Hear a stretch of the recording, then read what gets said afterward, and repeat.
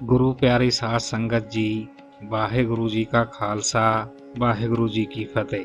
धन धन श्री गुरु नानक देव जी ने ਲੋਕਾਂ ਨੂੰ ਕਰਮ ਕਾਂਡਾਂ ਅਤੇ ਵਿਸ਼ੇ ਵਿਕਾਰਾਂ ਵਿੱਚੋਂ ਕੱਢਣ ਲਈ ਉਦਾਸੀਆਂ ਸ਼ੁਰੂ ਕੀਤੀਆਂ। ਗੁਰੂ ਜੀ ਨੇ ਭੋਲੇ ਭਾਲੇ ਅਤੇ ਭਟਕੇ ਹੋਏ ਲੋਕਾਂ ਨੂੰ ਸਿੱਧੇ ਰਾਹ ਪਾਇਆ ਤੇ ਪਰਮਾਤਮਾ ਦਾ ਸਿਮਰਨ ਕਰਨ ਦਾ ਰਾਹ ਦੱਸਿਆ। ਗੁਰੂ ਪਿਆਰਿਓ, ਇੱਕ ਵਾਰ ਦੀ ਗੱਲ ਹੈ, ਸ੍ਰੀ ਗੁਰੂ ਨਾਨਕ ਦੇਵ ਜੀ ਆਪਣੀ ਉਦਾਸੀ ਸਮੇਂ ਲਾਹੌਰ ਪਹੁੰਚੇ।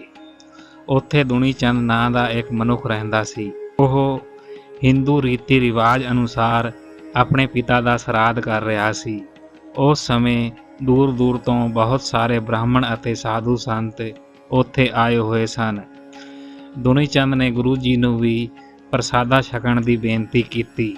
ਤਦ ਗੁਰੂ ਜੀ ਨੇ ਕਿਹਾ, ਤੁਸੀਂ ਪਹਿਲਾਂ ਬ੍ਰਾਹਮਣਾਂ ਅਤੇ ਸਾਧੂ ਸੰਤਾਂ ਨੂੰ ਭੋਜਨ ਛਕਾਓ, ਅਸੀਂ ਬਾਅਦ ਵਿੱਚ ਆਰਾਮ ਨਾਲ ਭੋਜਨ ਛਕਾਂਗੇ। ਦੁਨੀ ਚੰਦ ਨੇ ਬ੍ਰਾਹਮਣਾਂ ਅਤੇ ਸਾਧੂ ਸੰਤਾਂ ਨੂੰ ਭੋਜਨ ਛਕਾਇਆ ਅਤੇ ਕੀਮਤੀ ਵਸਤਰ ਦਿੱਤੇ ਤੇ ਦਕਸ਼ਿਣਾ ਦੇ ਰੂਪ ਵਿੱਚ ਬਹੁਤ ਸਾਰਾ ਧਨ ਦਿੱਤਾ। ਦੁਨੀ ਚੰਦ ਦਾ ਵਿਸ਼ਵਾਸ ਸੀ ਕਿ ਇਹ ਸਾਰਾ ਭੋਜਨ ਤੇ ਵਸਤਰ ਉਸ ਦੇ ਪਿਤਾ ਕੋਲ ਪਰਲੋਕ ਵਿੱਚ ਪਹੁੰਚ ਜਾਣਗੇ। ਸਾਰੇ ਸਾਧੂ ਸੰਤਾਂ ਤੇ ਬ੍ਰਾਹਮਣਾਂ ਨੂੰ ਭੋਜਨ ਛਕਾਉਣ ਤੋਂ ਬਾਅਦ ਉਹ ਗੁਰੂ ਜੀ ਦੇ ਕੋਲ ਦੁਬਾਰਾ ਆਇਆ ਅਤੇ ਗੁਰੂ ਜੀ ਨੂੰ ਭੋਜਨ ਛਕਣ ਲਈ ਬੇਨਤੀ ਕੀਤੀ। ਗੁਰੂ ਜੀ ਦੁਨੀ ਚੰਦ ਦੇ ਮਨ ਦੀ ਭਾਵਨਾ ਸਮਝ ਗਏ ਕਿ ਇਹ ਸਾਰੀਆਂ ਵਸਤੂਆਂ ਅਤੇ ਭੋਜਨ ਉਸ ਦੇ ਪਿਤਾ ਨੂੰ ਪਰਲੋਕ ਵਿੱਚ ਮਿਲ ਗਏ ਹਨ। ਤਦ ਧੰਨ ਧੰਨ ਸ੍ਰੀ ਗੁਰੂ ਨਾਨਕ ਦੇਵ ਜੀ ਦੁਨੀ ਚੰਦ ਦਾ ਭਰਮ ਦੂਰ ਕਰਨ ਲਈ ਉਹਨੂੰ ਪੁੱਛਿਆ, ਦੁਨੀ ਚੰਦ, ਕੀ ਤੇਰਾ ਪਿਤਾ ਰੱਜ ਗਿਆ ਹੈ ਤੇ ਸਾਧੂ ਸੰਤਾਂ ਨੂੰ ਦਿੱਤੇ ਸਾਰੇ ਪਦਾਰਥ ਤੇਰੇ ਪਿਤਾ ਨੂੰ ਮਿਲ ਗਏ ਹਨ? ਤਦ ਦੁਨੀ ਚੰਦ ਨੇ ਕਿਹਾ, ਜੀ ਹਾਂ, ਬ੍ਰਾਹਮਣਾਂ ਤੇ ਸਾਧੂ ਸੰਤਾਂ ਨੂੰ ਚੰਗੀ ਤਰ੍ਹਾਂ ਰਜਾਇਆ ਹੈ ਅਤੇ ਉਹਨਾਂ ਨੂੰ ਚੰਗੀ ਦਕਸ਼ਿਣਾ ਵੀ ਦਿੱਤੀ ਹੈ। ਉਹ ਸਾਰੇ ਜਣੇ ਬਹੁਤ ਖੁਸ਼ ਹਨ ਅਤੇ ਮੈਨੂੰ ਕਹਿੰਦੇ ਹਨ ਕਿ ਤੇਰੇ ਪਿਤਾ ਕੋਲ 1 ਸਾਲ ਜੋਗਾ ਭੋਜਨ ਪਹੁੰਚ ਗਿਆ ਹੈ। ਫਿਰ ਗੁਰੂ ਜੀ ਨੇ ਦੁਨੀ ਚੰਦ ਨੂੰ ਕਿਹਾ, ਦੁਨੀ ਚੰਦ, ਇਹ ਤਾਂ ਬੜੀ ਅਜੀਬ ਤੇ ਹੈਰਾਨੀ ਵਾਲੀ ਗੱਲ ਹੈ ਕਿ ਭੋਜਨ ਗਿਆ ਤਾਂ ਸਾਧੂ ਸੰਤਾਂ ਦੇ ਢਿੱਡ ਵਿੱਚ ਹੈ ਤੇ ਪਹੁੰਚ ਗਿਆ ਹੈ ਤੇਰੇ ਪਿਤਾ ਕੋਲ। ਇਹ ਭਲਾ ਕਿਵੇਂ ਹੋ ਸਕਦਾ ਹੈ? ਗੁਰੂ ਪਿਆਰਿਓ, ਗੁਰੂ ਜੀ ਦੇ ਤਰਕ ਦਾ ਦੁਨੀ ਚੰਦ ਕੋਲ ਕੋਈ ਉੱਤਰ ਨਾ ਸੀ ਤੇ ਉਹ ਚੁੱਪ ਰਿਹਾ। ਫਿਰ ਗੁਰੂ ਨਾਨਕ ਦੇਵ ਜੀ ਦੁਨੀ ਚੰਦ ਨੂੰ ਅਸਲ ਕਹਾਣੀ ਦੱਸਣ ਲੱਗੇ ਤੇ ਕਿਹਾ, ਦੁਨੀ ਚੰਦ, ਤੁਹਾਡਾ ਪਰਿਵਾਰ ਮਾਂਸ ਖਾਂਦਾ ਸੀ।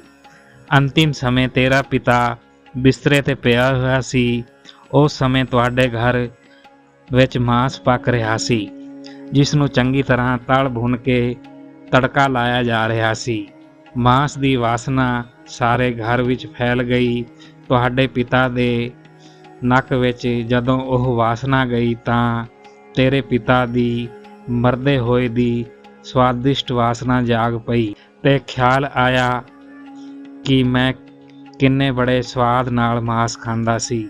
ਮੈਨੂੰ ਮਾਂਸ ਬੜਾ ਸਵਾਦ ਲੱਗਦਾ ਸੀ, ਪਰ ਹੁਣ ਬਿਮਾਰੀ ਕਾਰਨ ਮੈਂ ਮਾਂਸ ਨਹੀਂ ਖਾ ਸਕਦਾ। ਮੈਂ ਇਸ ਦਾ ਸਵਾਦ ਕਿਵੇਂ ਚੱਖਾਂ? ਇਸ ਸੋਚ ਵਿੱਚ ਤੇਰੇ ਪਿਤਾ ਦੇ ਪ੍ਰਾਣ ਨਿਕਲ ਗਏ। ਇਸੀ ਵਾਸਨਾ ਕਰਕੇ ਉਸ ਨੂੰ ਅਗਲਾ ਜਨਮ ਬਘਿਆੜ ਦਾ ਲੈਣਾ ਪਿਆ ਤੇ ਉਹ ਸਾਰੀ ਉਮਰ ਮਾਂਸ ਖਾਂਦਾ ਰਿਹਾ।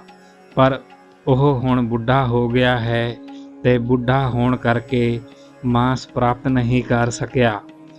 ਹੁਣ ਉਹ ਜੰਗਲ ਵਿੱਚ ਭੁੱਖਾ ਤੜਫ ਰਿਹਾ ਹੈ।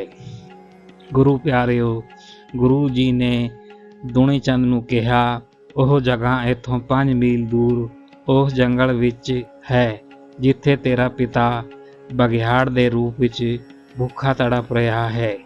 ਉਸ ਦੇ ਸਵਾਸ ਨਿਕਲ ਕੇ ਉਸ ਦੀ ਗਤੀ ਨਹੀਂ ਹੋ ਰਹੀ ਹੈ। ਤੁਸੀਂ ਉੱਥੇ ਜਾ ਕੇ ਸਾਡਾ ਨਾਮ ਲੈ ਕੇ ਉਸ ਵੱਲ ਵੇਖਣਾ, ਉਸ ਦੀ ਗਤੀ ਹੋ ਜਾਏਗੀ। ਫਿਰ ਉਹ ਦੁਬਾਰਾ ਮਨੁੱਖ ਰੂਪ ਵਿੱਚ ਜਨਮ ਲੈ ਲਏਗਾ। ਫਿਰ ਦੁਨੀ ਚੰਦ ਉੱਥੇ ਜਾ ਕੇ ਦੇਖਦਾ ਹੈ ਕਿ ਇੱਕ ਬਘਿਆੜ ਪਿੰਜਰ ਬਣਿਆ ਧਰਤੀ 'ਤੇ ਤੜਫ ਰਿਹਾ ਹੈ। ਜਦੋਂ ਦੁਨੀ ਚੰਦ ਨੇ ਸ੍ਰੀ ਗੁਰੂ ਨਾਨਕ ਦੇਵ ਜੀ ਦਾ ਧਿਆਨ ਕਰਕੇ ਉਸ ਵੱਲ ਵੇਖਿਆ ਤਾਂ ਬਘਿਆੜ ਦੇ ਪ੍ਰਾਣ ਨਿਕਲ ਗਏ ਤੇ ਉਸ ਦੀ ਗਤੀ ਹੋ ਗਈ। ਦੁਨੀ ਚੰਦ ਇੰਨਾ ਹੈਰਾਨ ਹੋਇਆ ਕਿ ਉਸ ਨੂੰ ਦੁਨਿਆਵੀ ਸੁੱਧ ਬੁੱਧ ਹੀ ਭੁੱਲ ਗਈ। ਉਸਨੇ ਆ ਕੇ ਗੁਰੂ ਜੀ ਦੇ ਚਰਨ ਫੜ ਕੇ ਰੋਣਾ ਸ਼ੁਰੂ ਕਰ ਦਿੱਤਾ। ਗੁਰੂ ਜੀ ਨੇ ਉਸ ਨੂੰ ਖੜਾ ਕੀਤਾ ਤਾਂ ਦੁਨੀ ਚੰਦ ਨੇ ਹੱਥ ਜੋੜ ਕੇ ਕਿਹਾ, ਮਹਾਰਾਜ ਜੀ, ਮੇਰੇ ਪਿਤਾ ਤਾਂ ਬੜਾ ਧਰਮੀ ਅਤੇ ਦਾਨੀ ਸੀ। ਉਹ ਗਰੀਬਾਂ ਤੇ ਬੇਸਹਾਰਿਆਂ ਦੀ ਬੜੀ ਮਦਦ ਕਰਦਾ ਸੀ। ਫਿਰ ਉਸ ਨੂੰ ਬਘਿਆੜ ਦੀ ਜੂਨ ਵਿੱਚ ਕਿਉਂ ਜਾਣਾ ਪਿਆ? ਤਦ ਗੁਰੂ ਜੀ ਨੇ ਕਿਹਾ, ਦੁਨੀ ਚੰਦ, ਜਦੋਂ ਮਨੁੱਖ ਅੰਤਿਮ ਸਵਾਸਾਂ 'ਤੇ ਹੁੰਦਾ ਹੈ ਤਾਂ ਉਸ ਵੇਲੇ ਉਸ ਨੂੰ ਜੋ ਖਿਆਲ ਆਵੇ ਉਸ ਅਨੁਸਾਰ ਹੀ ਉਸ ਨੂੰ ਅਗਲਾ ਜਨਮ ਮਿਲਦਾ ਹੈ। ਜੇ ਮਰਨ ਵੇਲੇ ਪਰਮਾਤਮਾ ਦੀ ਯਾਦ ਆਵੇ ਤਾਂ ਮੁਕਤੀ ਦੀ ਪ੍ਰਾਪਤੀ ਹੁੰਦੀ ਹੈ। ਪਰ ਇਹ ਗੱਲ ਯਾਦ ਰੱਖਣ ਵਾਲੀ ਹੈ ਕਿ ਮਰਨ ਵੇਲੇ ਮਨੁੱਖ ਨੂੰ ਉਹ ਖਿਆਲ ਆਉਂਦੇ ਹਨ ਜੋ ਕੰਮ ਉਸਨੇ ਜ਼ਿੰਦਗੀ ਵਿੱਚ ਕੀਤੇ ਹੁੰਦੇ ਹਨ। ਇਸ ਵਾਸਤੇ ਸਾਨੂੰ ਜ਼ਿੰਦਗੀ ਭਰ ਦੁਨੀਆ ਵਿੱਚ ਪਰਮਾਤਮਾ ਦੇ ਗੁਣਗਾਨ ਕਰਨੇ ਚਾਹੀਦੇ ਹਨ ਤਾਂ ਕਿ ਅੰਤ ਸਮੇਂ ਵੀ ਪਰਮਾਤਮਾ ਚੇਤੇ ਆਵੇ ਤੇ ਅਸੀਂ ਮੁਕਤ ਹੋ ਜਾਈਏ। ਗੁਰੂ ਜੀ ਦੇ ਇਹ ਵਚਨ ਸੁਣ ਕੇ ਦੁਨੀ ਚੰਦ ਨੇ ਆਪਣੀ ਮੁਕਤੀ ਲਈ ਗੁਰੂ ਜੀ ਨੂੰ ਕੋਈ ਯੁਕਤੀ ਦੱਸਣ ਦੀ ਬੇਨਤੀ ਕੀਤੀ। ਦੁਨੀ ਚੰਦ ਬੜਾ ਅਮੀਰ ਸੀ, ਉਸ ਕੋਲ ਬੇਅੰਤ ਮਾਇਆ ਸੀ। ਗੁਰੂ ਜੀ ਨੇ ਉਸ ਨੂੰ ਮਾਇਆ ਰਾਹੀਂ ਦਾਨ ਪੁੰਨ ਕਰਨ ਲਈ ਕਿਹਾ, ਪਰ ਉਹ ਕਹਿਣ ਲੱਗਾ, ਮੈਂ ਇਹ ਮਾਇਆ ਬੜੀ ਮਿਹਨਤ ਨਾਲ ਇਕੱਠੀ ਕੀਤੀ ਹੈ, ਮੈਂ ਇਸ ਨੂੰ ਲੋਕਾਂ ਵਿੱਚ ਕਿਵੇਂ ਵੰਡ ਦੇਵਾਂ? ਤਦ ਗੁਰੂ ਜੀ ਨੇ ਦੁਨੀ ਚੰਦ ਨੂੰ ਸਮਝਾਉਣ ਲਈ ਇੱਕ ਤਰੀਕਾ ਵਰਤਿਆ। ਤਾਂ ਗੁਰੂ ਜੀ ਨੇ ਉਸ ਨੂੰ ਇੱਕ ਸੂਈ ਦਿੱਤੀ ਤੇ ਕਿਹਾ, ਇਹਨੂੰ ਸੰਭਾਲ ਕੇ ਰੱਖਣਾ, ਅਸੀਂ ਅਗਲੇ ਜਹਾਨ ਵਿੱਚ ਤੇਰੇ ਕੋਲੋਂ ਲੈ ਲਵਾਂਗੇ, ਇਹ ਬੜੀ ਕੀਮਤੀ ਹੈ। ਦੁਨੀ ਚੰਦ ਥੋੜਾ ਭੋਲਾ ਸੀ ਅਤੇ ਉਸਨੇ ਜਾ ਕੇ ਸੂਈ ਆਪਣੀ ਪਤਨੀ ਨੂੰ ਦੇ ਦਿੱਤੀ ਤੇ ਕਿਹਾ, ਭਲੀਏ ਲੋਕੇ, ਇਹ ਸੂਈ ਬਹੁਤ ਹੀ ਮਹਾਨ ਪੁਰਸ਼ ਗੁਰੂ ਨਾਨਕ ਦੇਵ ਜੀ ਨੇ ਦਿੱਤੀ ਹੈ, ਸੰਭਾਲ ਕੇ ਰੱਖਣਾ, ਅਗਲੇ ਜਹਾਨ ਵਿੱਚ ਇਹ ਮੈਂ ਉਹਨਾਂ ਨੂੰ ਵਾਪਸ ਦੇਣੀ ਹੈ। ਗੁਰੂ ਪਿਆਰਿਓ, ਉਸ ਦੀ ਪਤਨੀ ਬੜੀ ਸਿਆਣੀ ਤੇ ਸਮਝਦਾਰ ਸੀ। ਉਸਨੇ ਆਪਣੇ ਪਤੀ ਨੂੰ ਕਿਹਾ, ਪਤੀ ਦੇਵ, ਆਪਾਂ ਖਾਲੀ ਹੱਥ ਇੱਥੇ ਆਏ ਸੀ ਤੇ ਖਾਲੀ ਹੱਥ ਹੀ ਇੱਥੋਂ ਜਾਣਾ ਹੈ। ਫਿਰ ਤੁਸੀਂ ਇਹ ਸੂਈ ਕਿਵੇਂ ਨਾਲ ਲੈ ਕੇ ਜਾਓਗੇ? ਇਸ ਵਿੱਚ ਉਹਨਾਂ ਦਾ ਜ਼ਰੂਰ ਕੋਈ ਭੇਤ ਛੁਪਿਆ ਹੋਇਆ ਹੈ। ਜਾਓ, ਜਾ ਕੇ ਉਹਨਾਂ ਦੇ ਚਰਨੀ ਪੈ ਜਾਓ ਤੇ ਉਹਨਾਂ ਨੂੰ ਕਹੋ ਕਿ ਮਹਾਰਾਜ ਜੀ, ਮੈਂ ਇਹ ਸੂਈ ਕਿਵੇਂ ਨਾਲ ਲੈ ਜਾ ਸਕਦਾ ਹਾਂ? ਤਦ ਦੁਨੀ ਚੰਦ ਨੇ ਆ ਕੇ ਗੁਰੂ ਜੀ ਦੇ ਚਰਨ ਪਕੜ ਲਏ ਤੇ ਕਿਹਾ, ਮਹਾਰਾਜ ਜੀ, ਇਸ ਸੰਸਾਰ ਤੋਂ ਕੁਝ ਵੀ ਨਾਲ ਨਹੀਂ ਲੈ ਜਾਇਆ ਜਾ ਸਕਦਾ। ਮਨੁੱਖ ਖਾਲੀ ਹੱਥ ਆਉਂਦਾ ਹੈ ਤੇ ਅੰਤ ਵਿੱਚ ਖਾਲੀ ਹੱਥ ਹੀ ਇੱਥੋਂ ਜਾਂਦਾ ਹੈ। ਫਿਰ ਮੈਂ ਆਪ ਜੀ ਦੀ ਸੂਈ ਆਪਣੇ ਨਾਲ ਕਿਵੇਂ ਲੈ ਕੇ ਜਾ ਸਕਦਾ ਹਾਂ? ਇਹ ਸੁਣ ਕੇ ਗੁਰੂ ਜੀ ਮੁਸਕਰਾਏ ਅਤੇ ਕਹਿਣ ਲੱਗੇ, ਦੁਨੀ ਚੰਦ, ਇਹ ਜੋ ਤੇਰੇ ਮਹਿਲ ਉੱਪਰ 7 ਝੰਡੇ ਝੁਲਦੇ ਹਨ, ਇਹ ਕਿਸ ਵਾਸਤੇ ਹਨ? ਤਾਂ ਦੁਨੀ ਚੰਦ ਨੇ ਕਿਹਾ, ਮਹਾਰਾਜ, ਮੈਨੂੰ 7 ਲੱਖ ਰੁਪਏ 1 ਸਾਲ ਦੀ ਆਮਦਨੀ ਹੁੰਦੀ ਹੈ। ਇਹ 7 ਝੰਡੇ 7 ਲੱਖ ਰੁਪਏ ਦੀ ਆਮਦਨੀ ਦੇ ਪ੍ਰਤੀਕ ਹਨ। ਗੁਰੂ ਜੀ ਨੇ ਦੁਨੀ ਚੰਦ ਨੂੰ ਕਿਹਾ ਕਿ ਇਹ 7 ਲੱਖ ਰੁਪਏ ਤੁਹਾਡੇ ਨਾਲ ਚਲੇ ਜਾਣਗੇ? ਤਾਂ ਦੁਨੀ ਚੰਦ ਨੇ ਹੈਰਾਨ ਹੋ ਕੇ ਕਿਹਾ, ਨਹੀਂ ਮਹਾਰਾਜ ਜੀ, ਜੇ ਇੱਕ ਸੂਈ ਨਹੀਂ ਜਾ ਸਕਦੀ ਤਾਂ ਇਹ 7 ਲੱਖ ਕਿਵੇਂ ਜਾ ਸਕਦੇ ਹਨ? ਤਦ ਗੁਰੂ ਜੀ ਨੇ ਕਿਹਾ, ਦੁਨੀ ਚੰਦ, ਜਿਸ ਚੀਜ਼ ਨੇ ਨਾਲ ਹੀ ਨਹੀਂ ਜਾਣਾ, ਜਿਸ ਨੂੰ ਇੱਕ ਦਿਨ ਛੱਡ ਜਾਣਾ ਹੈ, ਫਿਰ ਉਸ ਨਾਲ ਇੰਨਾ ਮੋਹ ਕਿਉਂ?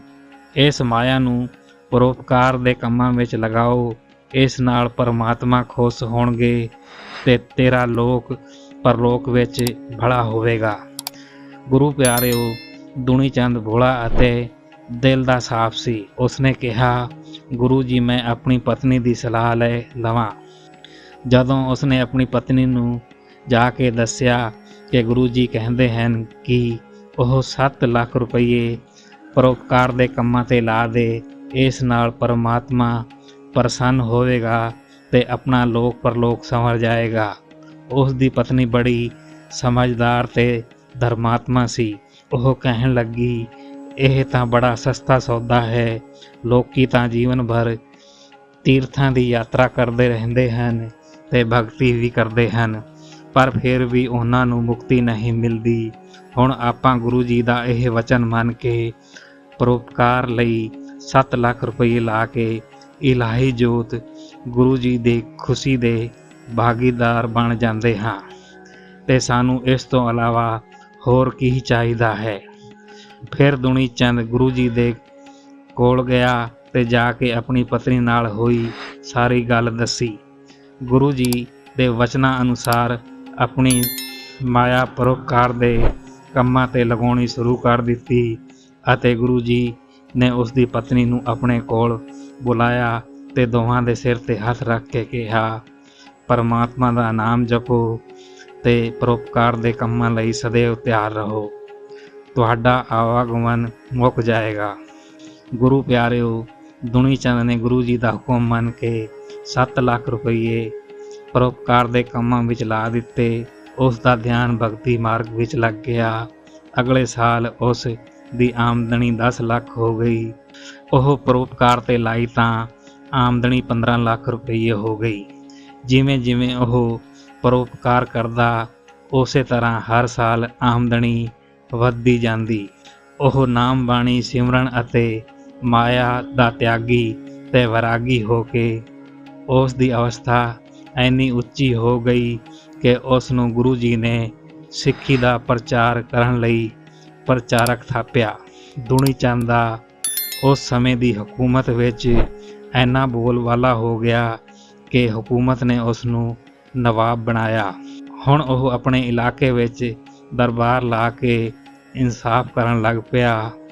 ਸੋ ਗੁਰੂ ਪਿਆਰੀ ਸਾਧ ਸੰਗਤ ਜੀ, ਹੋਈਆਂ ਭੁੱਲਾਂ ਚੁੱਕਾਂ ਦੀ ਖਿਮਾ ਬਖਸ਼ਣੀ। ਵੀਡੀਓ ਨੂੰ ਲਾਈਕ ਕਰਨਾ, ਸ਼ੇਅਰ ਕਰਨਾ, ਕਮੈਂਟ ਵਿੱਚ ਵਾਹਿਗੁਰੂ ਜੀ ਲਿਖਣਾ। ਜੇ ਚੈਨਲ ਤੇ ਨਵੇਂ ਹੋ ਤਾਂ ਸਬਸਕ੍ਰਾਈਬ ਜ਼ਰੂਰ ਕਰ ਲੈਣਾ। ਵਾਹਿਗੁਰੂ ਜੀ ਕਾ ਖਾਲਸਾ, ਵਾਹਿਗੁਰੂ ਜੀ ਕੀ ਫਤਿਹ।